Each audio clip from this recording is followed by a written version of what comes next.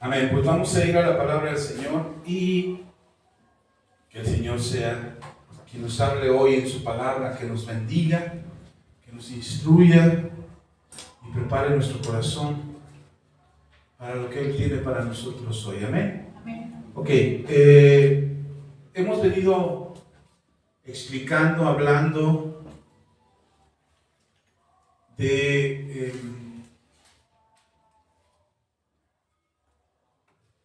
cómo queremos nosotros no solamente vivir el cristianismo como una religión, sino que Cristo se refleje en nosotros, que Cristo sea en nosotros.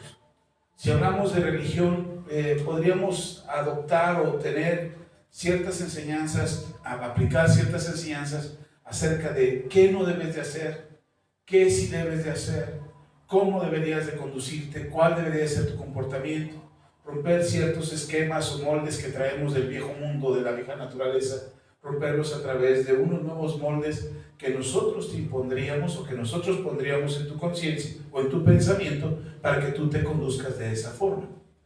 Y lo harías. Gracias a Dios, la religión tiene un efecto de cambio, de transformación en el ser humano. Está comprobado científicamente, no lo digo yo, lo dicen los especialistas, que la religión sí tiene un efecto de cambio en las personas. Pero la persona depende de la religión para tener un cambio completo, es decir, un cambio radical, permanente. ¿A qué me refiero con esto? Que la persona necesita estar siendo revisada, supervisada acerca de lo que hace, para ver si lo que hace realmente es de acuerdo a lo que se le enseñó. Y ahí entonces entraríamos los pastores, los líderes, entraríamos a hacer una función de estar vigilando tu vida, a ver cómo te comportas, a ver qué haces, a ver cómo actúas, cómo reaccionas. Y lo que buscamos aquí en la congregación no es precisamente eso, no estamos buscando precisamente que tú tengas o encuentres en la religión la exigencia de cómo debes de comportarte o cómo debes de vivir. Nosotros no estamos buscando eso, lo que nosotros estamos buscando es que tú puedas vivir en libertad, que te sientas libre, que vivas libre de tomar decisiones que son importantes para tu vida, sin tener que preguntarle al pastor, ¿lo hago o no lo hago? ¿Cómo ve? ¿Está bien o no? Yo te podría dar un consejo en base a mi experiencia, pero honestamente no tengo respuesta para todo. Sé que hay cosas en las que te puedo decir, cuidado con esto, no te apresures, tómate el tiempo, mira, aléjate de ahí, por lo que mi propia experiencia me podría darte para aconsejarte. Pero el verdadero consejo es el que viene de Dios. La guía, la dirección, es la que Dios te puede dar acerca de cómo debes de vivir y qué debes de hacer. Es Dios el que te va a ayudar a tomar las mejores decisiones. Ahora, ¿cómo es que tomamos las mejores decisiones? ¿O en qué sentido? En lo que la Biblia nos enseña. ¿Te vas a equivocar? Sí, muy probablemente te vuelvas a equivocar. Muy probablemente pierdas la noción de que eres un ser espiritual, que eres un ser que depende completamente de Dios y te sientas en la necesidad o sientas la necesidad de fallarle a Dios por la necesidad fisiológica, emocional, carnal de tu vida y que te sientas en la necesidad de fallar. No porque debas hacerlo, ni porque sea más fuerte que tú, sino porque crees que esa necesidad te obliga a fallarle al Señor. Entonces, cuando nosotros nos acercamos a Dios y conocemos a Dios, lo que estamos buscando en este año es que tú puedas vivir en Cristo y tomar las mejores decisiones para tu vida. Y que cada día que avanza en este año, ya estamos terminando abril, ya estamos terminando el cuarto mes, nos quedan 8 meses. Y lo que yo estoy pensando es que en estos próximos 8 meses, al final de año tú puedes decir, estoy libre, me siento bien. Quiero tomar las mejores decisiones para mi vida. Quiero alejarme del pecado. Quiero ser el mejor esposo, el mejor padre, el mejor hijo, la mejor mamá, la mejor esposa, la mejor hermana. Ser la mejor versión de ti mismo que puedas encontrar. No estoy hablando de superación personal. No te estoy diciendo, vamos a superarnos personalmente. No. Ese es otro asunto y nada tiene que ver con nosotros. Yo estoy hablando del plan de Dios, de la provisión de Dios, del diseño de Dios para nuestras vidas. Y que puedas ser la mejor persona que puedas ser. Pero no porque te imponemos las reglas de qué sí y qué no debes hacer. Entonces, ¿qué cambios podemos ver? Los consejos de nuestro Señor Jesucristo acerca de la vida que nosotros debemos de tener o de la vida que nosotros debemos de llevar, la palabra del Señor Jesús, creo que el mejor sermón para el tipo de vida que nosotros deberíamos de llevar es el Sermón del Monte. Así es que abra su Biblia en el Evangelio de Mateo, Mateo capítulo 5. Dice la palabra del Señor lo que conocemos como el Sermón del Monte. No vamos a leer todo el sermón, no se preocupen, no, mi mensaje no está basado en el Sermón del Monte, pero quiero tomar como referencia esta parte del capítulo 5, el versículo 1 en adelante, donde conocemos como las bienaventuranzas, que son el consejo que nuestro Señor Jesús da acerca del tipo de vida que nosotros deberíamos de tener o llevar. Ahora, en este pasaje en particular, el Señor Jesús nos da consejos, más bien como consejos no son como evidencias. Dice, bienaventurados son, y esa bienaventuranza quiere decir, les va a ir bien. Tu vida va a estar bien cuando tengas estas actitudes. Ojo, no son mandamientos, no son los 10 mandamientos, no son las reglas de vida. Pero el Señor dice, cuando tú tienes estas actitudes, te va mejor. Si eso pudiéramos tomarlo como el consejo de vida acerca del tipo de vida que queremos desarrollar durante este año aquí en la iglesia, podríamos basarnos solo a Mateo capítulo 5 y en base a eso tener una idea de cómo vivir nosotros, de qué tipo de vida tener nosotros. Bienaventurados los pobres de espíritu, los que lloran, los mansos, bienaventurados los que tienen hambre y sed de justicia, bienaventurados los misericordiosos, bienaventurados los de limpio corazón, los pacificadores, los que padecen persecución, bienaventurados los que sois por mi causa, os vituperen, nos persigan, etcétera, etcétera. Bueno, hay algo que quiero que veamos. Versículo 5. Dice, bienaventurados los mansos, porque ellos recibirán la tierra por heredad. ¿Quién es una persona mansa? Una persona mansa es una persona que no busca conflicto. No que no le lleguen conflictos, no que no le busquen conflictos. No, una persona mansa no busca los conflictos, no busca los problemas, no se mete donde no le llaman. Esa es una persona mansa. No se vuelve paladín de la justicia, tratando de hacer justicia donde ve injusticia. No, una persona mansa es una persona que tiene tranquilidad en su corazón, que no puede ser provocada con facilidad. No quiere decir que sea indiferente, porque hay una gran diferencia entre ser indiferente y ser manso. Una persona indiferente no le importa lo que pase a su alrededor. No, una persona mansa sí le importa, pero no se mete en problemas. Y una persona mansa, dice el Señor Jesús, bienaventurados los mansos, porque ellos recibirán la tierra por heredad. ¿Qué van a recibir por heredad? La tierra. ¿Cuándo? ¿La tierra nueva? No, hubiera dicho la tierra nueva. No, dice la tierra, aquí en la tierra. Entonces, uno de los problemas que tenemos aquí en la tierra es que los que gobiernan, los que ejercen justicia, los que están al frente, los que liderean, incluso en las religiones, no son mansos de corazón. O no somos, me incluyo. No somos mansos de corazón. ¿Por qué? Porque buscamos el conflicto, nos peleamos con medio mundo. Creemos que tenemos la razón y queremos aplicar nuestra razón ante los demás. Y muchas de las cosas que suceden en la tierra es por causa de esa injusticia, por causa de ese yo sé más, o yo puedo más, o yo soy más. Esa actitud que de pronto tenemos es lo que genera más problemas. Y no solamente en nuestras vidas, en nuestro entorno, en nuestra familia, en nuestro trabajo, en nuestra comunidad.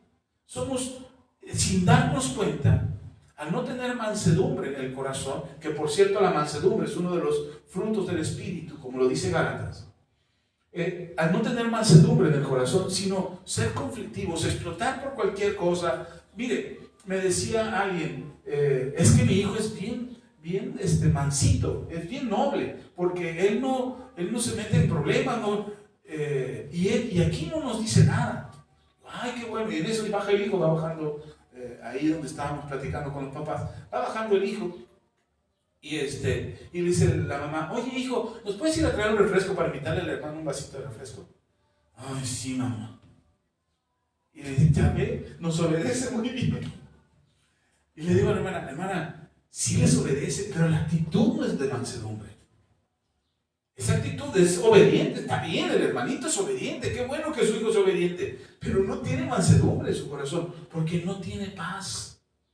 La persona que tiene mansedumbre en su corazón tiene tranquilidad. Sí le incomoda las injusticias, sí le molesta que alguien sea ventajoso, sí está en contra o está inconforme por las cosas que suceden a su alrededor, pero no busca problemas. ¿Sí me explico? Entonces a ese jovencito que les comentaba, pues ya tiene la obediencia, ya nada más le hace falta dar un paso hacia la mansedumbre y le va a ir muy bien en la vida. Entonces muchas de las cosas que nosotros vivimos es porque creemos que nuestra justicia es mejor que la justicia de los demás, que somos más justos que los demás, que somos más buenos que los demás, que somos más nobles que los demás, que somos más buenas personas que los demás, más generosos, etcétera, etcétera. Todas las virtudes que una persona pudiera tener, nosotros somos más que ellos. Y por eso nos hace falta mansedumbre. Nos hace falta tener un poquito de paz en el corazón. Hay un pasaje, vamos a Lucas, ahí delantito de donde estábamos, pero en Lucas, que me gusta mucho. De hecho, en ese sí está basada la enseñanza el día de hoy.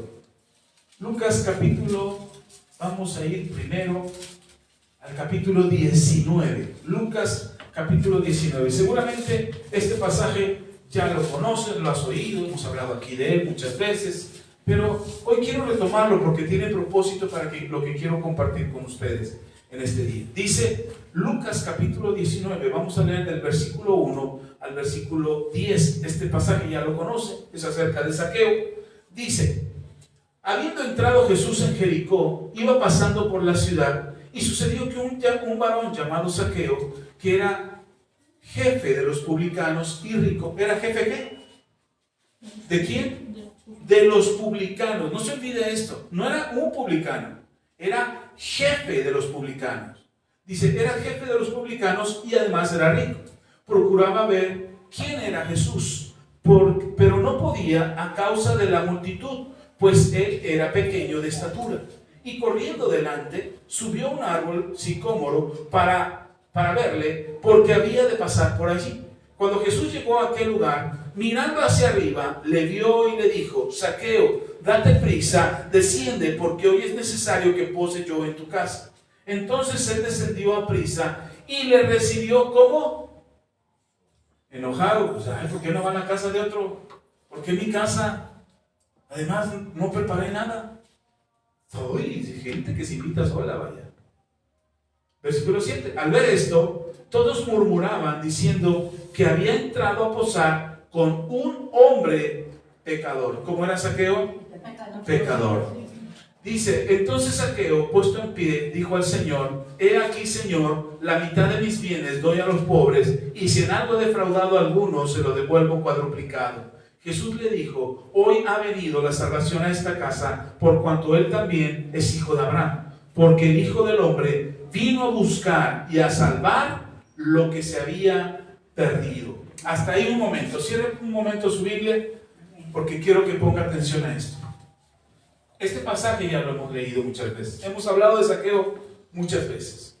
Sabemos la condición de Zaqueo, de que era bajito de estatura y que no podía ver a Jesús por causa de que había una multitud que rodeaba a Jesús. Ahora Jesús llega a la ciudad donde se encuentra Zaqueo. ¿Cuál es esta ciudad? La ciudad es de Jericó. La ciudad es Jericó, donde seguramente se acuerdan que Josué y el pueblo de Israel, Moisés, le dieron la vuelta a Jericó para que cayeran los muros. Bueno, esa ciudad, cayeron los muros, pero esa ciudad se convirtió en un centro, con el paso de los años, muchos años después, hasta los tiempos de Jesús, se convirtió en una ciudad importante en cuanto a comercio y economía. Era como un centro regional de control económico, y era una ciudad de paso en las regiones. Entonces mucha gente que pasaba por ahí tenía que pagar sus impuestos al Imperio Romano. Los comerciantes hacían su ruta de comercio a través, y tenían que pasar a través de Jericó, y ahí tenían que pagar sus impuestos. Históricamente los romanos establecían a estos publicanos y a estos jefes de publicanos. Le explico cómo los escogían. Ellos venían, conquistaban al pueblo y decían, necesitamos gente que se haga cargo. El Imperio Romano era bueno en el ejército, pero administrativamente, burocráticamente, no tenían mucha gente, no tenían muchos funcionarios. Solamente tenían gobernadores, gente que se hacía cargo de las ciudades, como Pilato, por ejemplo, era alguien del Imperio Romano que estaba a cargo de la región de Judea. Y entonces los romanos, al no tener mucha gente que ejerciera el gobierno o la cuestión administrativa del gobierno, recurrían a los pueblos conquistados y les ofrecían, les decían, podemos darles un cargo público de cobrador de impuestos. Y al ser cobrador de impuestos, lo único que queremos es que nos pagues una garantía de que cuando cobre los impuestos no te vas a ir. Entonces subastaban el puesto. ¿Qué es una subasta? Es ofrecer dinero por algo hasta que la mejor oferta es la que se lleva ese algo. Entonces subastaban el puesto. Y los puestos de publicanos eran subastados. Entonces, ¿qué hacía el que iba a hacerse cargo de ese puesto? Llevaba todo su dinero o todo el dinero que tenía. Y entonces los romanos ofrecían, tenemos un puesto de publicano. Bueno, pues ya ofrecían. Y entonces tenemos un puesto de jefe de publicanos. Y empezaban a ofrecer, ¿quién da más? ¿Quién da más? Pues Zaqueo se había ofrecido lo suficiente para quedarse con ese puesto. Significa que sí era muy rico. Mucha gente piensa que Zaqueo se hizo rico por causa de ser publicano. Que Mateo se hizo rico por causa de ser publicano. Pero no, ya eran ricos. Lo que hicieron fue ocupar esa riqueza, ocupar un puesto, pagar su cargo, pagar su posición en una subasta con el Imperio Romano y tener ese cargo. ¿Qué es lo que iba a pasar después? Por ejemplo, tú ofrecías 100,000 pesos por esa plaza. Casi no se da, ¿verdad? Aquí en el país casi no sucede. Bueno, pagas 100,000 pesos por esa plaza. Y entonces, una vez que pagas los 100,000 pesos, dices, bueno, ¿cuál es el beneficio? Ya pagué 100,000 pesos. Bueno, el beneficio es el que viene después, ya que tiene la plaza. Entonces, para los publicanos, el beneficio era el cobrar los impuestos. Ya el publicano podía recuperar lo que invirtió más lo que él quisiera. Porque ya el Imperio Romano ya había recibido el primer pago como garantía de los 100,000 pesos. Y me estoy yendo cortito con 100,000 pesos. Podía haber sido más. Pero pagaban los 100,000 pesos, el Imperio Romano dice, bueno, pues ya se cobra impuestos y se va con la lana que junta, no importa, nosotros ya recibimos lo que queríamos de esa región, 100,000 pesos. Entonces, de tiempo en tiempo, el publicano volvía a pagar el permiso para seguir cobrando impuestos. ¿Cuál es la ganancia del publicano? Cobrar lo que él quisiera. Ganar más de los 100,000 pesos lo que él quisiera. Ya había pagado sus 100,000, podía ganar 200, 300, 400,000 pesos, lo que él quisiera cobrar. Entonces ya le había pagado a Roma el impuesto correspondiente. Por esta razón, porque los publicanos cobraban lo que se les daba la gana y se enriquecían más a costa del pueblo de Israel, a costa de los judíos. Por eso es que los judíos lo odiaban a los publicanos, porque no solamente habían traicionado a su pueblo, sino porque eran ladrones, porque eran usurpadores. Y no solamente cobraban más de impuestos, sino que también prestaban dinero. Entonces, si tú tenías que pagar un impuesto y decías, es que no traigo completo, no, pues tienes que pagar, ahora de este mes tienes que pagar 500 pesos, pero pues nada más traigo 400, no te preocupes, yo te anoto los otros 100, te los presto yo, pero me vas a pagar 200, de esos 100, ¿sí me explico? Y entonces hacían usura, lo robaban, habían traicionado al pueblo. Pues por supuesto que el pueblo no los quería, por supuesto que el pueblo los veía como traidores, los veía como gente abusiva, que estaba explotando al pueblo. Ok, ese es Zaqueo. Entonces imagínense a Zaqueo, además de ser un jefe de publicanos, era bajito de estatura. Y cuando estoy hablando de bajito de estatura, estoy hablando como de unos 50, unos 60 de estatura, porque la mayoría del pueblo de Israel eran altos, arriba de los 1,70. Entonces, para Zaqueo tener unos 60, unos 50 de estatura, pues ya era alguien bajito. Entonces, imagínense, Zaqueo quiere ver a Jesús y la gente lo ve, lo reconoce. ¿Usted cree que lo van a dejar pasar? Fórmate. Aquí sí todos somos iguales. Oiga, pero soy el jefe, pues peor, hazte para allá. Y Zaqueo no pudo ver a Jesús por la multitud, por ser bajito de estatura. Y lo interesante de esto es que Zaqueo corre para ver a Jesús. Yo digo, ¿por qué tanta, o me preguntaba, ¿por qué tanta insistencia de Zaqueo en ver a Jesús? ¿Cuál era su insistencia? Entonces Jesús, y ya, ese es un asunto religioso, es un asunto de fanáticos, es un asunto de multitudes, nada tiene que ver conmigo. ¿Por qué habría una inquietud en Zaqueo? Ahora, Zaqueo era judío, hermano, y como judío, él tenía en su corazón la herencia de sus padres de practicar la religión de los judíos. Era obligación de él como judío guardar los mandamientos que sus padres le enseñaron.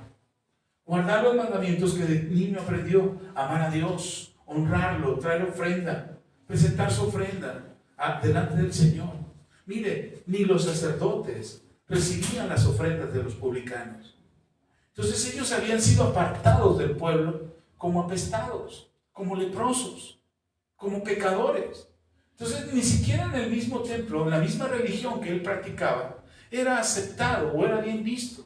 Aunque él trajera todo el dinero. Mire, veían mejor a un centurión, a un romano que les construía un templo, que a un publicano que les pudiera construir una ciudad. Lo dice la Biblia. Era mejor visto un centurión romano, un soldado romano, un general, un sargento, capitán, no sé qué sea, un centurión romano, era mejor visto por los judíos, incluso por los del Sanedrín, es decir, por los religiosos de aquel entonces. Cuando el romano es un gentil, es un idólatra, es un opresor, era mejor visto por los del Sanedrín que un mismo publicano, que era de su propio pueblo. Porque los estaba traicionando. Aquel, pues como quiera, es romano, ¿no? Pero este era de nosotros y nos traicionó.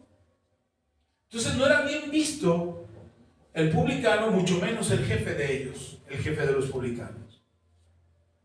Pero ¿por qué entonces, si él no está siendo tomado en cuenta para alcanzar esta oportunidad de conocer al Salvador, por qué él tiene interés en buscarlo? ¿Por qué corre para subir un árbol? Eso no era normal, hermano. Correr no era normal.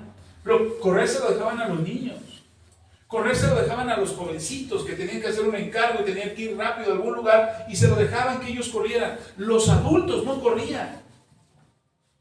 Era una señal de locura o de falta de educación o de falta de principios y de valores. Un adulto que corría era mal visto, se consideraba que estaba loco. Y todavía peor, que se subiera a un árbol, pues estaba endemoniado. Estaba mal. Ese hombre no tenía cordura. Ese hombre estaba equivocado. Y ya le había roto la cabeza el dinero que tenía. El ser usurero, el ser ladrón y traidor. Entonces, cuando Zaqueo corre, yo pienso, ¿por qué tanto interés de parte de Zaqueo en ver a Jesús y perder incluso el poco prestigio que le quedaba? Ahora ya sería un loco. Ahora sería alguien que había perdido la cordura. Entonces yo pensaba, aquí en este pasaje no nos dice mucho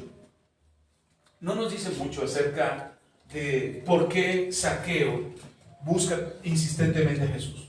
Pero podemos ir un poquito más atrás y para no movernos tanto, pero en Mateo capítulo 5 nos habla de que Mateo, o Leví, como dice en el Evangelio de Mateo, Leví, que es Mateo, también era publicano.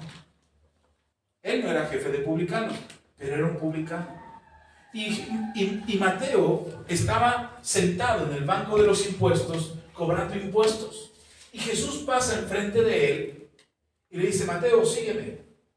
Y Mateo deja el negocio, su negocio, no era de los romanos. Yo decía, ¿por qué lo dejó de los romanos? No le dijeron nada. ¿Por qué era el negocio de él? ¿Se acuerdan? Le expliqué. ¿Quién pagó por ese puesto? Mateo. Entonces todo lo que pudiera estar recuperando Mateo, ¿para quién era? Para él. Entonces Mateo deja su propio negocio, el cobrar impuestos, lo deja ahí y sigue a Jesús. Y Mateo hace un banquete en su casa y recibe a Jesús en su casa y Jesús va a su casa y come con él. Y ahí es donde los fariseos critican a Jesús y dicen, si Jesús fuera un profeta, como dicen que es, sabría con quién está comiendo. Porque en la casa de Mateo no solamente estaba Mateo, sino que estaban los discípulos que ya había llamado Jesús, que eran Pedro, Juan, Andrés y Jacobo.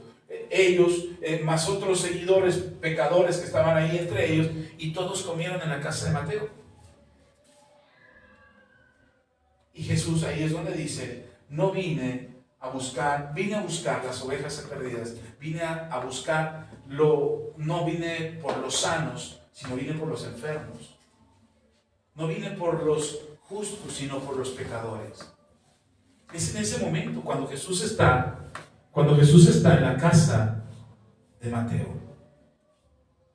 Ahora yo pienso, si Mateo no era jefe de los publicanos, él tenía un jefe, ¿o no? Y si Mateo ya no estaba cobrando impuestos, ¿quién se hizo cargo de eso? ¿Qué habrá pensado el jefe de los publicanos? Ahora piensen esto, si los publicanos no son queridos por el pueblo, sus reuniones y sus fiestas, ¿a quiénes invitaban? Sus cumpleaños, ¿a quién invitaban? Sus reuniones familiares, en sus fiestas por celebrar con los judíos, ¿a quiénes invitaban? A otros publicanos. Porque los demás no querían ir a sus casas, porque los consideraban pecadores. Pero ellos tenían el suficiente dinero para hacer un fiestón loco, una pachangota enorme, invitar a todos aquellos, aunque estuvieran lejos, porque los que estaban lejos podían pagarse su viaje, eran ricos. Entonces se conocían entre ellos. Y seguramente el rumor de que ahora Mateo, o Leví ya andaba con un predicador, con un maestro, que además le dijo, este predicador, que había sido perdonado. Imagínense el alivio para Mateo de saber que su sacerdote, que su religión no lo perdona, pero este maestro, este Leví que viene del cielo, le dice, sí, tus pecados te son perdonados. Y ahora Mateo entiende y testifica donde quiera que va. Oye, ¿tú quién eres? Yo te vi, yo te conozco. Sí, yo era publicano. ¿Cómo publicano? Sí, yo era publicano, yo cobraba impuestos. Y ahora estoy siguiendo a este maestro. ¿Pero por qué? ¿Cómo cambió tu vida? Y ese rumor llegaba. Tenía que llegar en algún momento a ese jefe de publicanos que conocía a Mateo por alguna reunión. Quizás no identificaba completamente quién era, a lo mejor no lo tenía en su agenda del teléfono, pero sabía quién era. Que era un publicano como él, que había traicionado a su pueblo como él, que cobraba impuestos como él, que era usurero como él, porque Mateo también prestaba dinero, pero era mal visto por los demás. Aunque la Biblia no nos dice que Mateo era un tramposo, que Leví era un tramposo, incluso el Señor Jesús lo reconoce. Entonces no nos dice que era tan malo, pero sí era un publicano. Entonces, ¿qué quiero decirle con esto? De alguna manera, Zaqueo había oído del testimonio de Mateo. De alguna manera. Entonces ya se inquieta por un momento su corazón de saber, ¿un Jesús? ¿Un maestro? ¿Un rabí que anda predicando? ¿Es el que llamó a Mateo y le dijo que podía ser perdonado? ¿O que era perdonado y que iba a estar en la eternidad con Dios? ¿No te inquietaría si te dijera, mira, la solución es tu problema? Yo conozco a alguien que estaba en tu misma situación, pero salió del hoyo. ¿Quién? No, es que no lo conoces. No, pues dime quién. ¿Cómo lo hizo? ¿Qué hizo él para salir de su problema? ¿Te inquietaría un poco tu corazón o no? Por saber cómo podrías salir del hoyo en el que te metiste. ¿Cómo salir del problema en el que estás? ¿Te gustaría saber cómo podría cambiar tu vida y tener una restauración completa? Y más, hermano, no creas que era agradable que vayas por... Imagínate ir por la calle y que te empiecen a gritar, ¡hey, traidor! ¡Ladrón! ¡Pecador! ¿Cuál apodo le gusta que le griten? ¡Mentiroso! fraudulento, hipócrita. No nos gusta. Esta era la vida de Zaqueo. Todo el tiempo le decían lo que él era. Y de repente oír que aquel Mateo, que también era como él, había sido perdonado. Incluso ya no le llamaban Leví, sino que ahora le llamaban Mateo. Pues es interesarse. Y bueno, mientras estuvo lejos Jesús en otras ciudades, pues no había mucho que hacer, ¿no? Había que atender el negocio, había que reunirse con los otros publicanos, había que pedirles cuentas, había que tener actividades con el Imperio Romano. Entonces no había mucho tiempo para dedicar a ir a buscar a Jesús o pagarle un viaje a Jesús para que estuviera ahí en Jericó con él.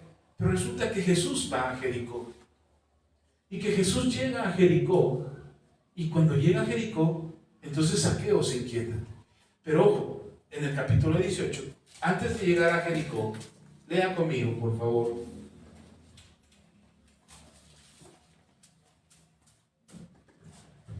El capítulo 18 es antes de llegar a Jericó. Ahora, recuerde que Lucas es un hombre que investigó todos los acontecimientos y los puso en el orden cronológico mayormente acertado. Es decir, el orden en que Lucas nos cuenta cómo sucedieron las cosas, según algunos teólogos, es el orden cronológico en el que fueron sucediendo.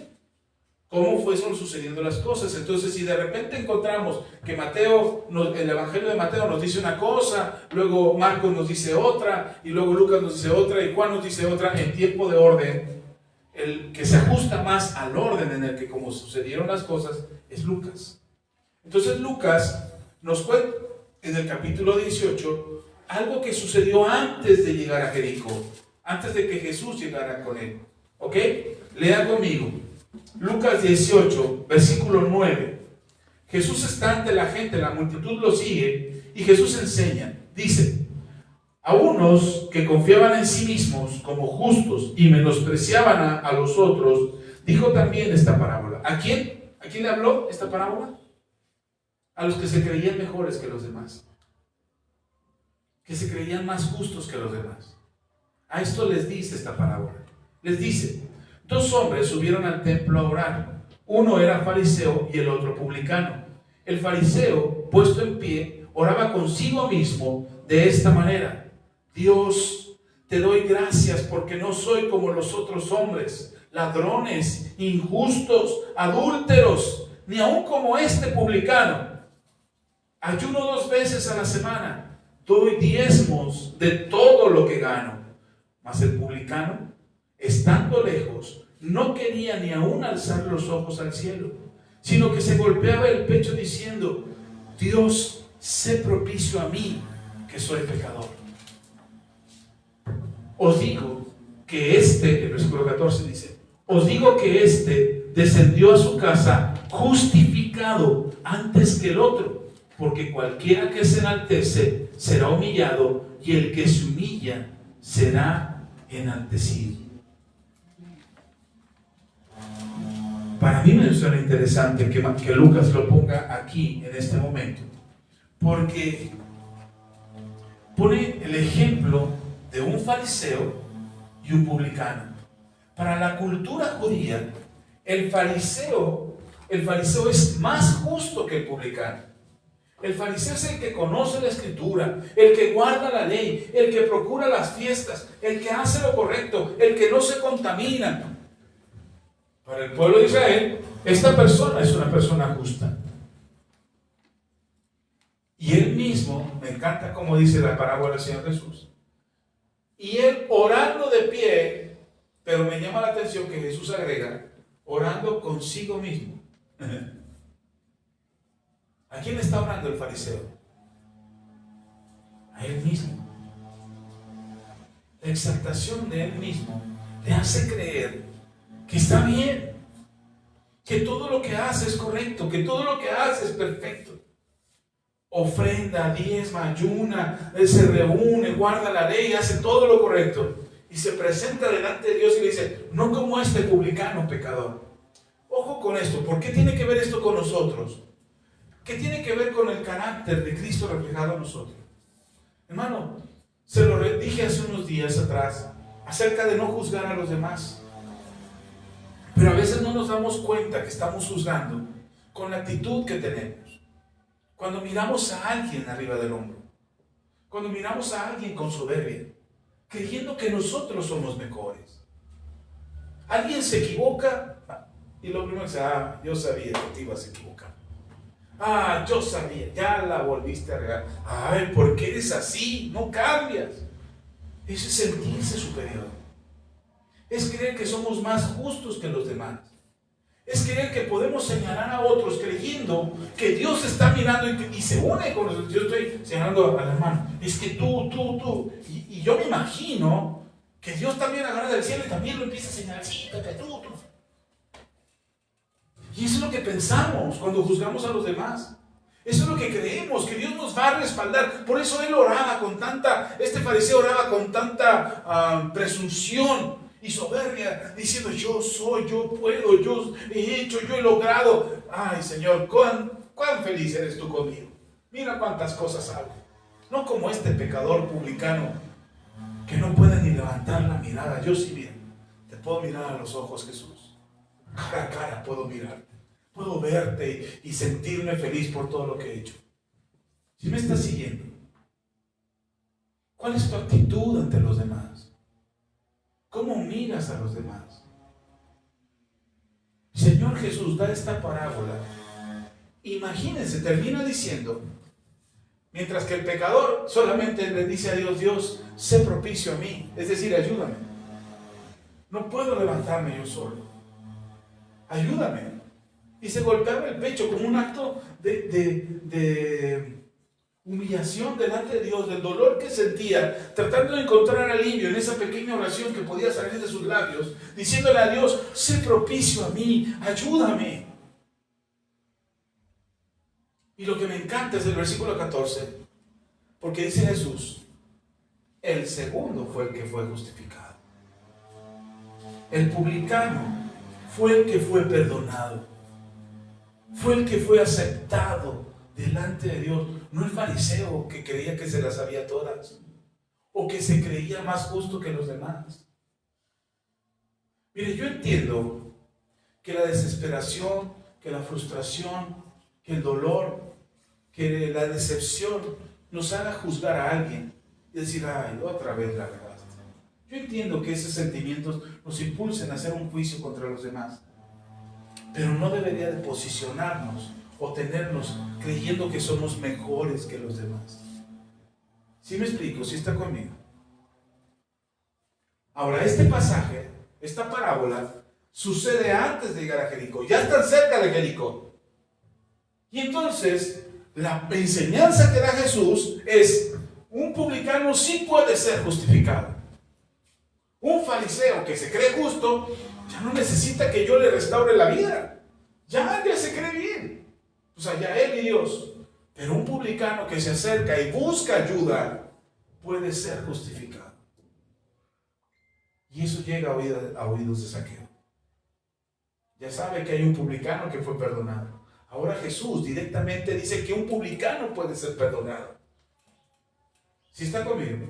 Y mire, no termina ahí. Esto está sucediendo antes de llegar a Jericó. Versículo 18.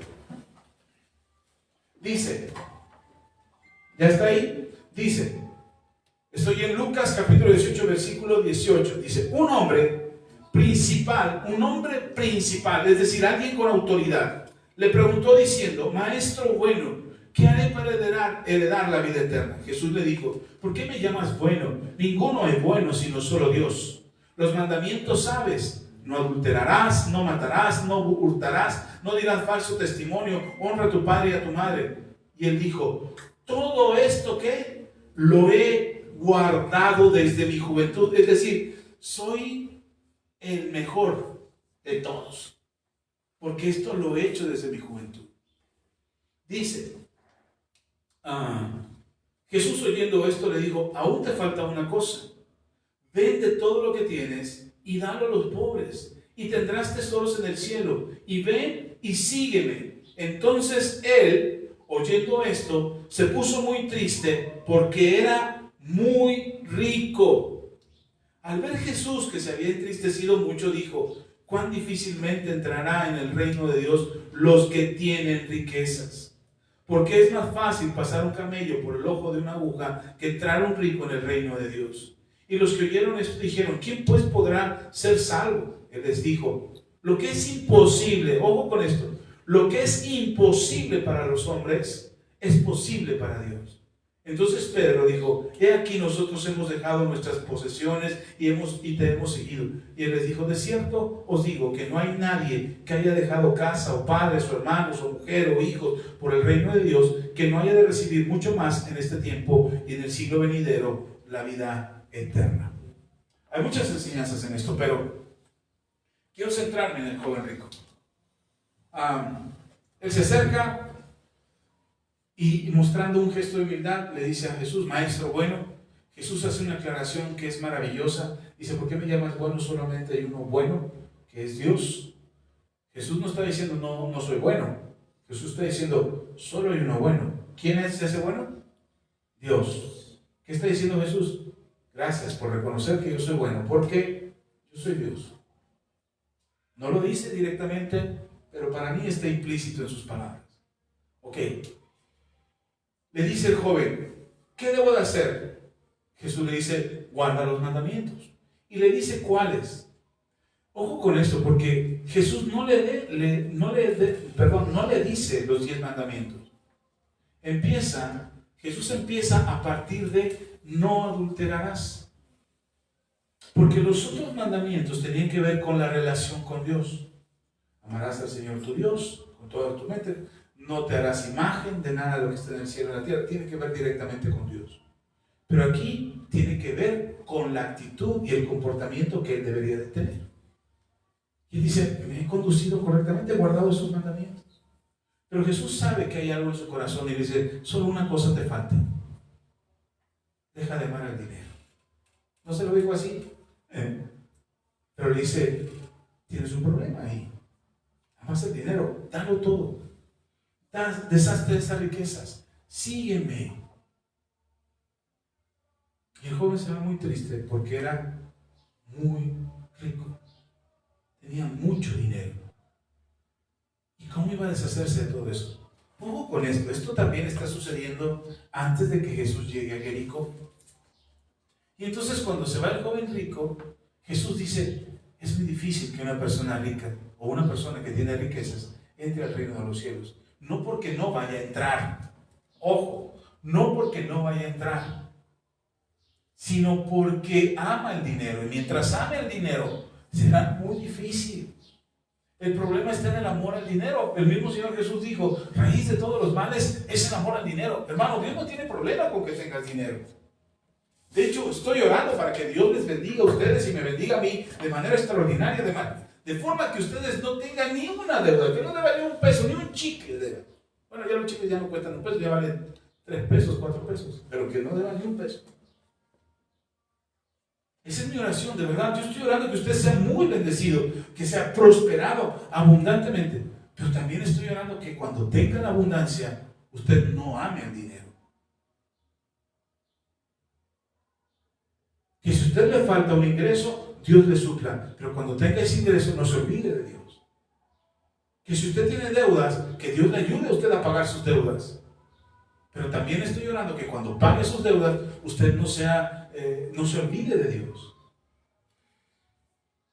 Porque cuando estamos con el agua hasta el cuello, queremos que alguien nos salve. Pero cuando estamos en la orilla, cuando no estamos en riesgo, ahí es donde nos olvidamos de Dios. Si está conmigo, si me sigue. Entonces el problema no es si tienes dinero o no. El problema es dónde está tu tesoro, dónde está tu corazón. Y eso es lo que este joven no entendió. Y entonces los discípulos se asustan y dicen, wow, a ver Señor, si los ricos no van a entrar al reino de los cielos, ¿qué es de nosotros? Los que no tenemos dinero. Y Jesús le dice, lo que es imposible para el hombre es posible para Dios. Es decir, Dios puede hacer que el más difícil de entrar al reino de los cielos entre. Y estas palabras llegan a oídos de Zaqueo.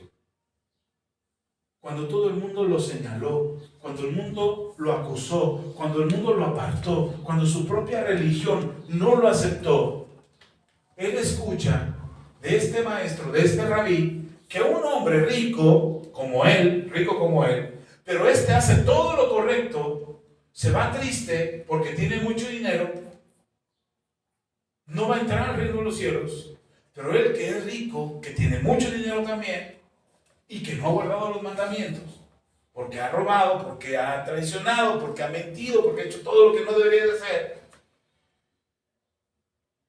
Jesús dice, lo que es imposible para el hombre, si alguien te dijo que era imposible que entraras al reino de los cielos, para Dios no es imposible meterte al reino de los cielos. Esas son buenas noticias para Zaqueo. ¿Sí me va entendiendo? Ahora ve por qué corrió. Ahora ve por qué no le importó que lo llamaran loco y corriera. Y no le importó subirse a un árbol, aunque se burlaran de él. ¿Ya ven por qué? Porque Zaqueo tenía en su corazón algo que muchos no tienen, que es mansedumbre y humildad. Zaqueo reconoce que él no puede salvarse a sí mismo, que todo el dinero que tiene no le va a salvar, que todo lo que pudiera hacer por su religión no le iba a salvar, que no iba a encontrar el perdón, que no había nadie que lo pudiera acercar a Dios. Y Zaqueo reconoce que hay un hombre al que tampoco nadie quiere, como a él, que tampoco le hacen caso como a él, que tampoco lo valoran por lo que hace, porque Zaqueo cree que su trabajo es honesto y justo, y nadie lo valora por lo que hace como él. Entonces Zaqueo se identifica más con Jesús que con su propia religión. Y además sabe o ha escuchado que él tiene un mensaje de perdón para él. Entonces ahora me queda a mí más claro por qué Zaqueo corre. Y es algo importante, hermanos, porque cuando tú escuchas la palabra de Jesús, cuando tú escuchas el mensaje del Evangelio, algo tiene que inquietarte en tu corazón. Algo tiene que decir dentro de ti, decir, algo tiene que pasar en mi vida.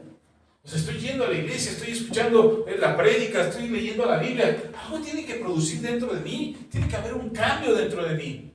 ¿Qué no estoy escuchando? ¿Qué no está inquietando dentro de mí? ¿Acaso soy como el fariseo que cree que ya soy justo? ¿Que ya la libré? ¿Que ya estoy bien? ¿Que mis buenas obras me salvan? ¿O realmente puedo reconocer como Zaqueo que lo necesito a él y correr y buscarlo? Si tuvieras oportunidad de buscar a Jesús y correr para acercarte a él, ¿no correrías? No buscarías, lo has hecho. En tus momentos de desesperación lo has hecho. El problema es que caemos en un estado de conformidad y de comodidad como los fariseos, que ellos creían que no necesitaban más salvación, más lo que ellos podían hacer. La única salvación que necesitaban era la obra de sus fuerzas, la obra de sus manos, lo que ellos podían hacer, que se llenaban de gloria presumiendo que lo habían hecho, que habían sido buenos, que se habían portado maravillosamente y se habían olvidado que dependían y necesitaban de Dios en sus vidas. Tú y yo necesitamos de Dios en nuestras vidas todo el tiempo. No podemos caer en esa comodidad de decir, no, yo ya soy salvo, soy cristiano y puedo juzgar a todos. Pecadores, publicanos, filisteos, incircuncisos, hijos del diablo. Yo soy bueno. No, hermano. Zaqueo reconoce que necesita de Jesús. Y se sube al árbol. Mire, es interesante, pero déjeme hacerle una pequeñísima comparación entre el joven rico y Zaqueo. El joven rico era una persona con autoridad. ¿Sí? Él dice era un principal. Es decir, era alguien con autoridad. Hoy podemos decir que era un alcalde, que era un diputado, que era un senador, que era un gobernador, alguien con importancia. O dentro del mismo Sanedrín, acuérdense que en el Sanedrín no solamente se reunían los religiosos, los sacerdotes, los que estaban a cargo de la religión, sino que se reunían también las autoridades de los fariseos, las autoridades de los saduceos, las autoridades de los escribas, se reunían las autoridades, las cabezas de todas las corrientes ideológicas y políticas de aquel entonces. Entonces, este joven rico era uno de esas autoridades. Y se acerca corriendo a Jesús y le llama bueno. A mí me llamó la atención porque Zaqueo también corre. El rico, el joven rico, corre hacia el maestro y lo alaba y le dice: maestro bueno. Zaqueo corre también, pero no hacia Jesús. Corre hacia un árbol y se sube al árbol. O sea, ¿nota la diferencia? El joven rico cree que puede acercarse a Jesús con libertad, mientras que Zaqueo cree que no puede acercarse a Jesús. No lo dice así la Biblia, dice que era porque era chaparrito. Pero a lo mejor como chaparrito hubiera tenido más posibilidades de colarse entre la gente. Pero Zaqueo dice: ¿qué tan cerca voy a estar de Jesús? Y si al momento de verme me rechaza, y si al momento de preguntarme algo me equivoco, como el joven rico que se las sabía todas, mejor de lejos. Primero voy a ver quién es ese Jesús. ¿Está conmigo? Los dos autoridades, uno en la sociedad, un principal de la sociedad, el otro por parte del imperio. Un principal, un jefe de publicanos. Uno corre hacia Jesús, el otro corre hacia el árbol. El joven rico tiene buena reputación, mientras que Zaqueo es odiado por todos. El joven rico se acerca a Jesús, Zaqueo quiere ver a Jesús de lejos. Jesús le pide al joven rico que venda todo, y Jesús no le pide nada a Zaqueo, pero Zaqueo da la mitad de sus bienes a los pobres y con la otra mitad paga a quien defraudó, 4 veces más de lo que le defraudó. Es decir, que si Zaqueo le había cobrado 100,000 pesos al hermano, injustamente por alguna deuda que tenía él de impuestos y no pudo pagar, de repente los intereses subieron sobre los intereses y se volvió un abuso, y por parte de Zaqueo, en cobrarle, en lugar de pagar 10,000, ahora tenía que pagar 100,000. Entonces Zaqueo dice: le voy a devolver 4 veces lo que le estafé, lo que le defraudé, en lo que lo engañé. Son 500,000 pesos. ¿Y Jesús le pidió algo a Zaqueo? No. Zaqueo lo dio voluntariamente. Mientras que el joven rico se fue triste porque tenía muchos bienes, la Biblia nos dice, déjeme le leo para que vean. Dice, versículo 6 de Lucas 19, versículo 6 dice: entonces él descendió a prisa y le recibió gozoso. ¿Cómo recibió Jesús? Mientras el rico, ¿cómo se fue? Triste. ¿Y Zaqueo cómo recibe a Jesús? ¿Se dan cuenta del contraste? Hermano, de verdad, hermana, de verdad, cuando nosotros creemos o pensamos que Jesús es lejano a nosotros, no hemos conocido a Jesús. Y quizás como Zaqueo tratemos de mirar a Jesús de lejos. Ay, es que yo no sé si soy digno, es que no sé si merezco, no sé si Dios me quiere ayudar. Venimos a la iglesia, pero pues sí, me entra por un lado lo que dice el pastor y me sale por el otro. Es que no sé si Dios quiere obrar en mi vida, es que no sé si yo pueda cambiar, no sé si pueda ser mejor. ¿Qué dijo Jesús? Cuando el joven rico se fue y los discípulos dudaron, entonces ¿quién va a entrar al reino de los cielos? Jesús dijo: lo que es imposible para el hombre es posible para Dios. ¿Tú crees que Dios no te puede cambiar? ¿Tú crees que no puedes ser una persona diferente? ¿Tú crees que no puedes vencer al enemigo que insiste e insiste en que tú peques y que vuelvas a tu vieja manera de vivir? ¿No lo puedes vencer? Pues si es así, no conocemos a Jesús. Porque Jesús dijo: lo que es imposible para el hombre es posible para Dios. ¿Qué es imposible para ti?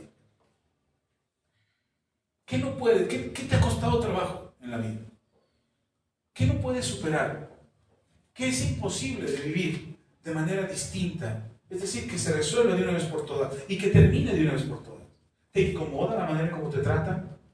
¿Te sientes menos por cómo son los demás?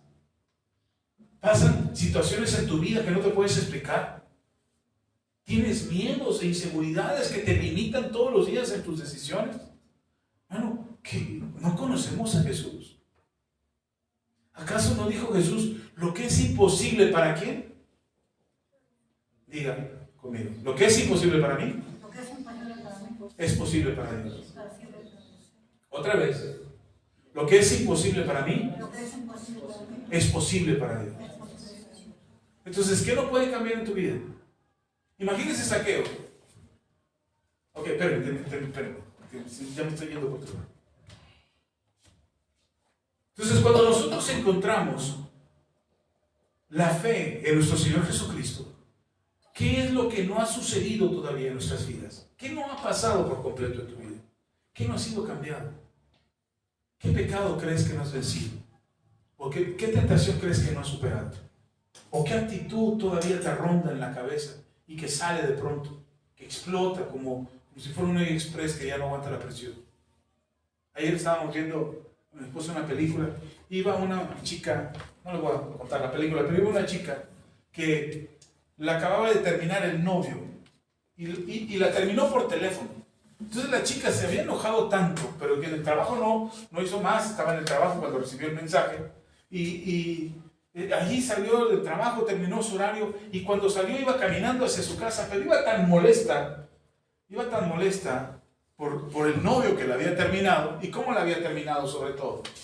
Iba tan molesta que la presión que empezó a sentir de pronto empezó a salir en palabras.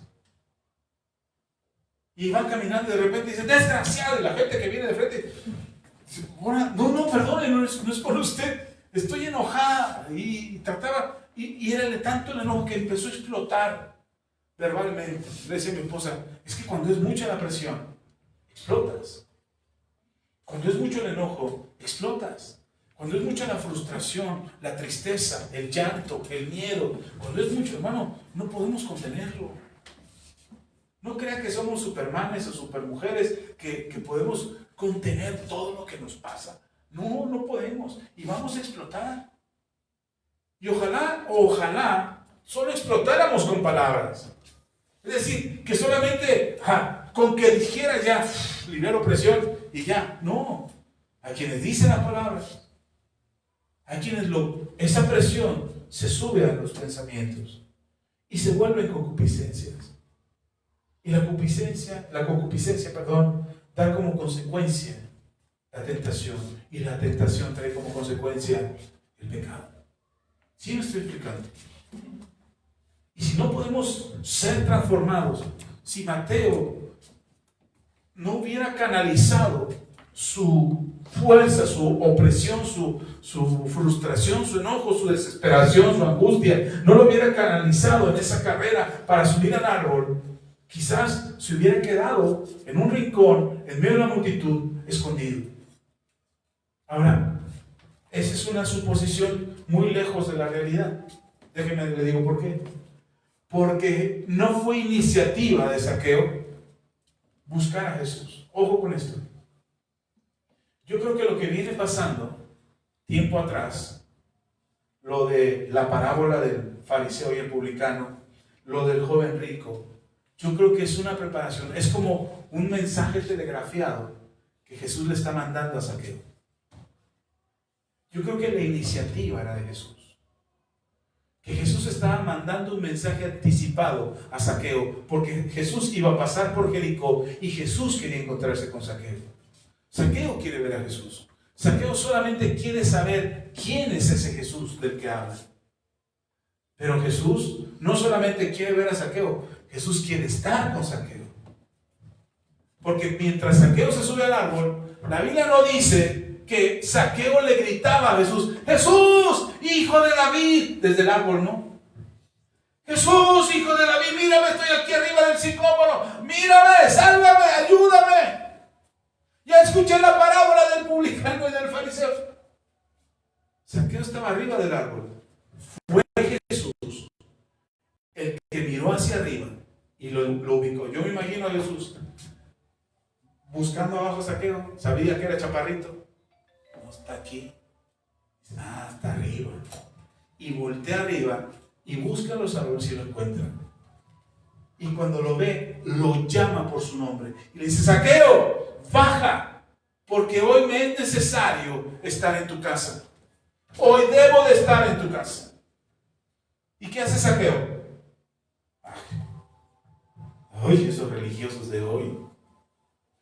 No, Saqueo baja, corriendo, a prisa. Y con mucho gozo le recibe en su casa. Gran banquete. Puso a todos los sirvientes: prepárenme mejor la comida. ¿Para cuántos? Para los que entren. Ustedes preparen comida, vamos a tener una fiestón aquí. Y Jesús va llegando con sus discípulos a la casa y todos empiezan, toda la multitud que seguía a Jesús, no iba a entrar a la casa de Saqueo. ¿Por qué no iba a entrar? Porque era un publicano, un traidor, un pecador. Entonces entra Jesús y yo creo que los discípulos se quedan parados en la puerta diciendo: Señor, ¿a dónde vas? A la casa de Saqueo. ¿No oyeron que le grité a Saqueo que iba a ir a su casa? Y entonces: Señor, pero es un jefe de publicanos y nos están viendo. Vas a perder seguidores. Vas a perder likes. Y yo me imagino que el primero en dar el paso hacia adentro, ¿quién cree que fue? Entra Jesús y después de él, ¿quién cree que entró? No lo dice la Biblia, yo me lo quiero imaginar. Para mí entró Mateo. Después de Jesús, el primero en dar un paso fue Mateo. Y los voltea y dice: yo también era publicano, ¿no se acuerdan?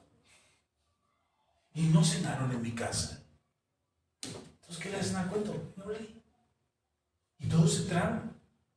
Y Jesús entró con sus discípulos, y uno que otro de la multitud que: yo no me la pierdo. Unos por la comida que iba a dar el Saqueo, y otros por seguir al maestro. Nunca he entrado a la casa del Saqueo. ¿Qué fiestona le da al Saqueo? Y entraron.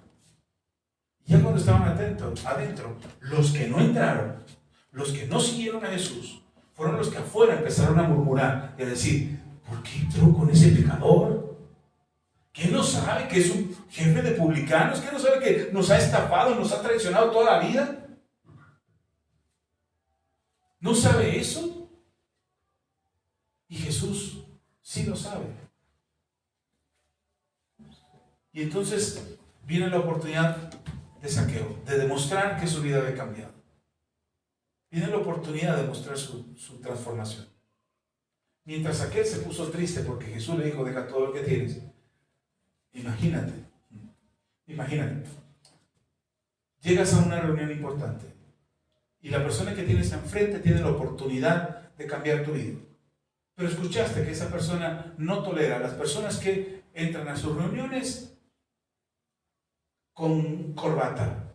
Que a él le gustan las personas que usan short y chanclas, que se sienten cómodos, que son ellos mismos. ¿Cómo irías a la reunión? Si sabes que es la persona que va a cambiar tu vida, ¿cómo irías a la reunión? Con short, con chanclas. Porque eso es lo que esa persona aprecia, ¿o no?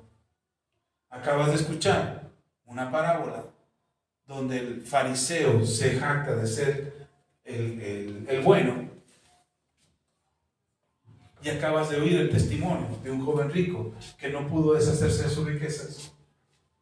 ¿Qué hace Saqueo? O sea, caray, si el problema es el dinero, yo no amo el dinero, yo amo mi salvación. Y se para y dice: Señor, delante de ti, delante de Dios, ahorita le voy a dar a todos los pobres la mitad de mis bienes. Yo me imagino luego, afuera de la casa de Mateo, empezaron a hacerse filas para que Saqueo repartiera la riqueza.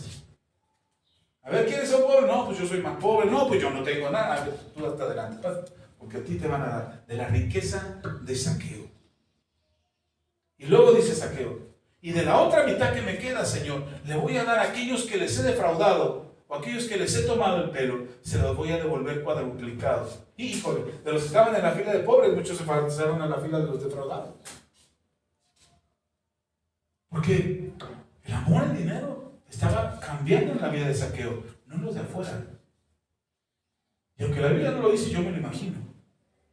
Pero en ese momento Jesús mira la actitud de Zaqueo y dice, hoy ha venido la salvación a esta casa. ¿Por qué? ¿Porque Zaqueo se deshizo del dinero? No, porque Zaqueo demostró que no amaba el dinero. A diferencia del rico, del joven rico, ese sí amaba el dinero. Entonces son muchas cosas que suceden en este pasaje o en esta historia de Zaqueo que me hace pensar en lo que Dios, si bien es cierto, la Biblia no nos dice que Zaqueo conociera a Mateo, no lo dice específicamente. Me hace pensar que quizás Zaqueo había escuchado de Mateo. Si bien la Biblia no nos dice que el joven rico, o que el testimonio del joven rico hubiera llegado a oídos de Zaqueo, no nos lo dice.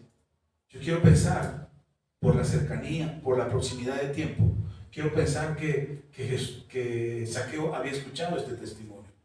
Si bien no nos dice la Biblia que Zaqueo hubiera escuchado la parábola del publicano y el fariseo y que hubiera estado atento a esa enseñanza, quiero pensar que ese mensaje también habría llegado a oídos de Zaqueo.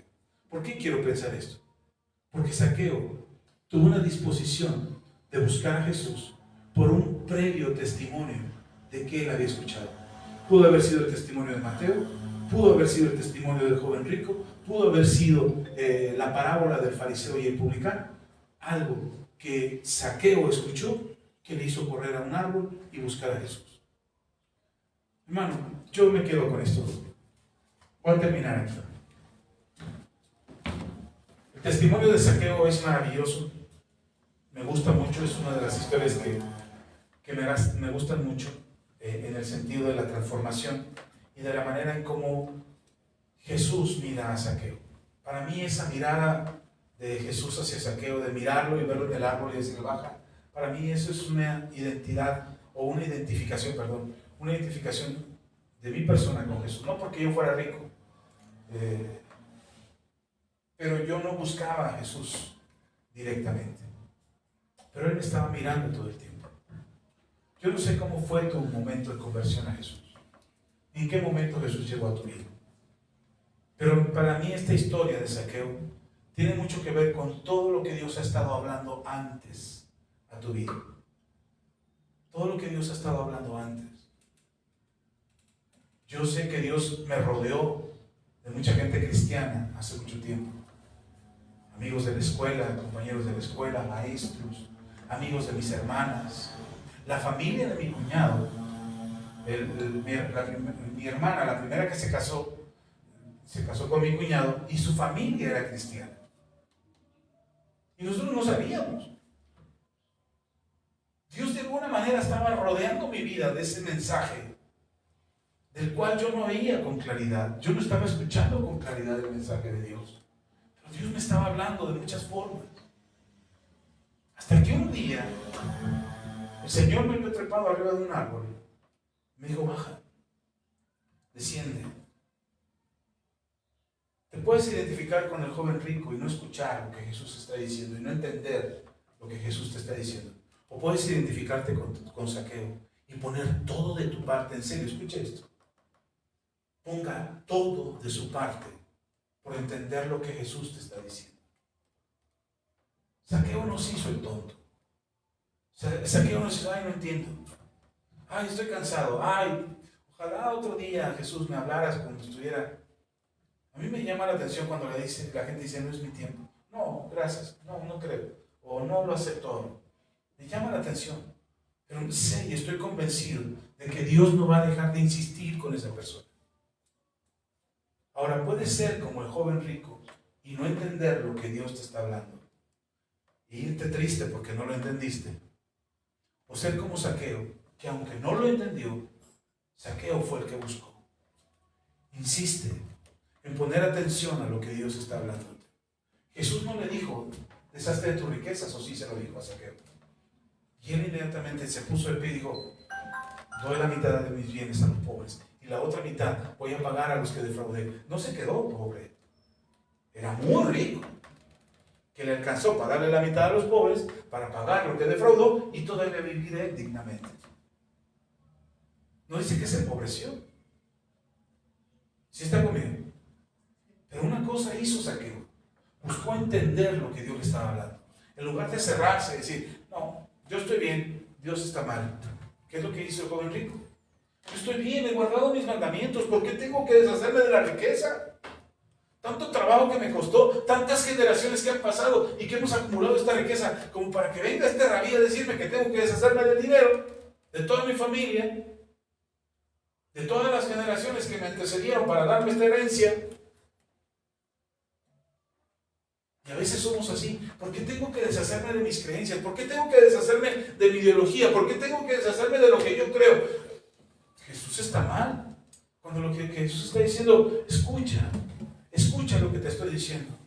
Y créame, antes de que tengas una situación difícil, antes de que algo grave te pase, antes de que algo difícil te acontezca, o que una situación que no puedas controlar llegue a tu vida, el Señor ya te está hablando con anticipación.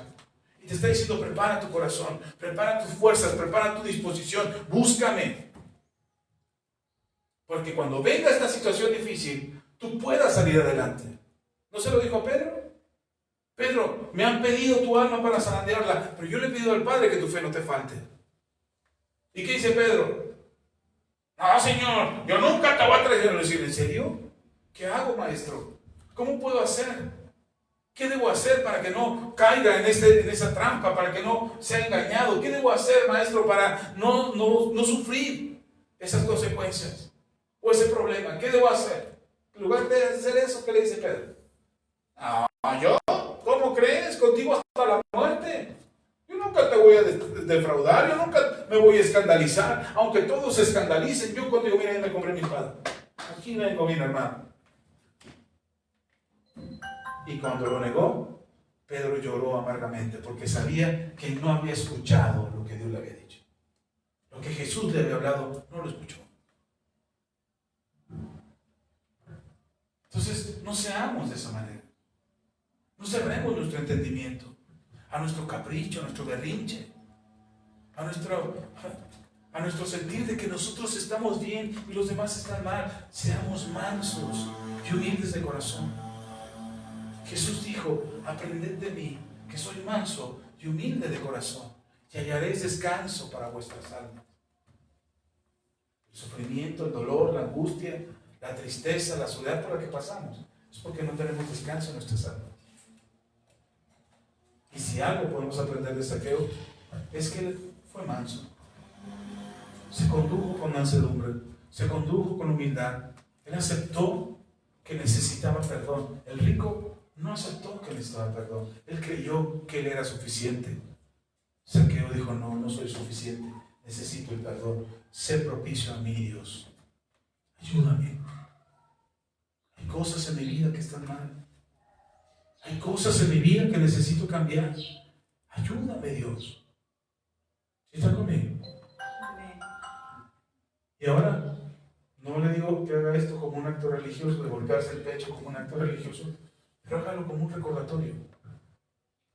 Póngase la mano en el pecho, dése un golpecito y diga, Señor, no soy suficiente. Tú eres suficiente en mí. Porque lo que es imposible para mí, para ti no es imposible.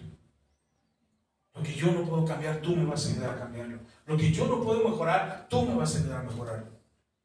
Porque no puedo andar toda la vida siendo quien soy. Tengo que ser una mejor versión. ¿Para eso vino Jesús o no? ¿No vino para eso? Para que seamos nuevas criaturas, para que las cosas viejas pasen y todas sean nuevas. Amén. Vamos a orar, póngase de pie.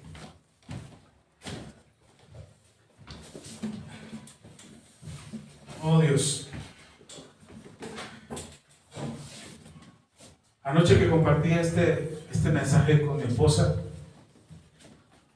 creo que por eso casi no le comparto a mi esposa lo que yo voy a predicar. Ella se entera igual que ustedes, yo no lo platico con ella. Yo vengo, lo enseño y ella se entera cuando yo lo enseño. A veces me pregunta, ¿de qué vas a hablar? Y yo digo, más o menos de esto.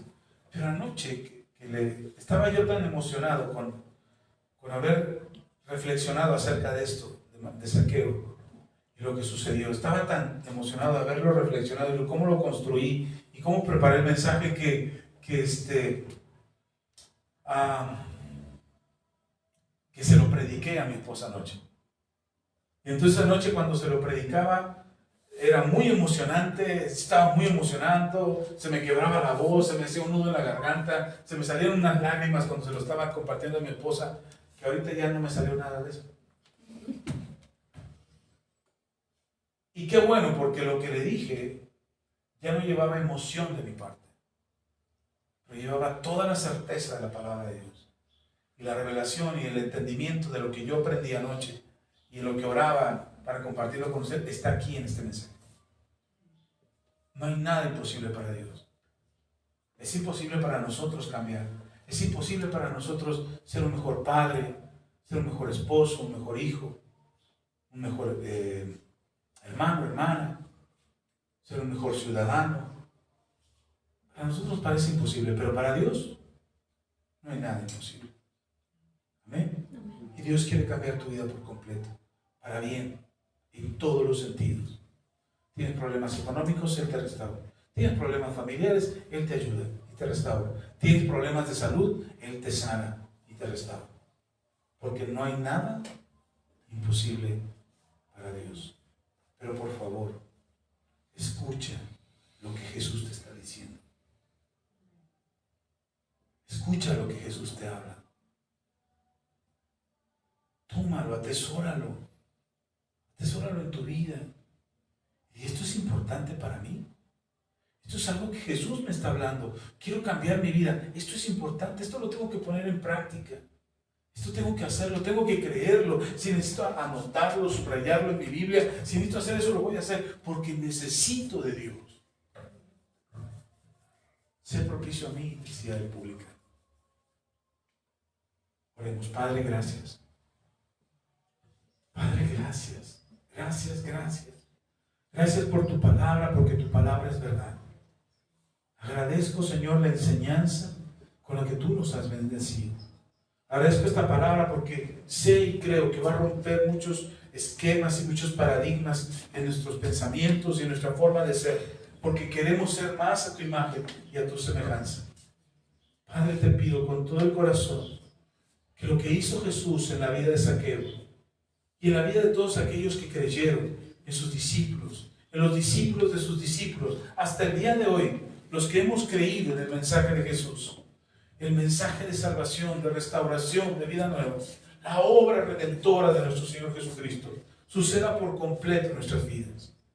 Señor, que no seamos oidores olvidadizos, sino que seamos hacedores de la palabra, transformados por el poder del Evangelio, transformados por el mensaje de Jesús, y que nuestras vidas reflejen, Señor, mansedumbre, humildad, para poder atender, no con soberbia, no con egocentrismo, no con vanagloria, sino que con humildad y mansedumbre podamos escuchar el mensaje de Jesús y hacer lo que el Señor nos está pidiendo, atender a su palabra, atender a su enseñanza, para que nuestras vidas sean transformadas en el poder de tu gloria.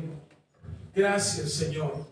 Gracias, Jesús, porque sé que lo haces en la vida de cada uno de nosotros. Y puedes llevarte tu mano a tu pecho, puedes poner tu mano en tu pecho y decir conmigo, dile a Dios que Él sea propicio a tu vida. No sé cuál sea tu necesidad ahora, ni tampoco sé cuál sea tu debilidad ahora. Porque no es lo mismo, la misma petición que hiciste hace 8 días, quizás no sea la misma petición hoy. Tu necesidad en tu casa, en tu familia, quizás tu mente está batallando con la incredulidad y la fe y tienes un conflicto en tu cabeza acerca de qué sí creer y qué no. Bueno, pon tu mano en tu pecho y dile a Dios, sé propicio a mí, Dios. Quizás tus problemas sean personales con alguien en particular, un familiar, un conocido, un extraño, y tienes un problema que no sabes cómo resolver. Pon tu mano en tu pecho y dile al Señor, sé propicio a mí, Dios. Sé propicio a mí. Ayúdame. Quizás tienes problemas económicos y quieres salir de ello porque quieres dar buen testimonio, porque quieres ayudar al prójimo, porque quieres ser generoso, pero los problemas económicos te impiden esa disposición de dar. Pon tu mano en el pecho y dile a Dios, sé propicio a mí. No como el fariseo que decía, oh, lo he hecho todo, puedo todo, lo sé todo, puedo lograr cualquier cosa, yo puedo en mí mismo. Por eso el Señor Jesús decía, oraba para sí mismo. Nosotros no oramos para nosotros mismos. Nosotros le pedimos a Dios, sé propicio a mí, ayúdame.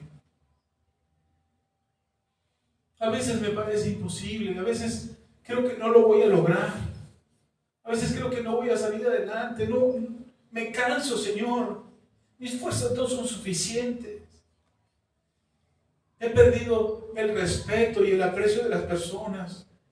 A veces hasta en mi propia familia ya ni siquiera creen que yo pueda cambiar, pero si tú me ayudas, si tú eres propicio a mí, Dios,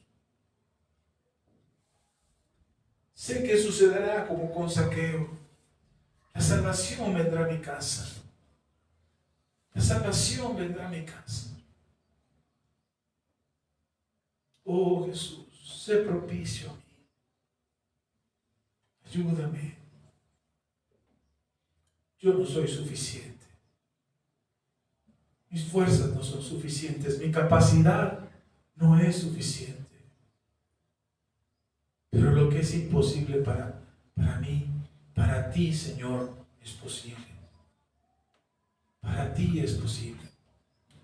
Toca mi mente, toca mi corazón, toca mi alma, toca mi cuerpo, toca todo mi ser, Señor. Toca mi vida, mis medios, mis recursos, mi familia, mi casa, mi trabajo, mi negocio. Toca, Señor, todo. Sé propicio a mí. Ayúdame, Señor. Y mientras otros consideran que yo no debería de ser salvado, tú entras a mi casa, Señor, y me das salvación, y me perdonas, y me llamas hijo. Gracias, Jesús. Gracias, Señor. Gracias, Señor. En el nombre de Jesús. Amén. Amén. Voy a ocupar su lugar. Gracias a Dios. Amén. Bueno, nuestros hermanos que nos ven en línea, el Señor les bendiga y esta palabra fructifique en sus vidas mucho.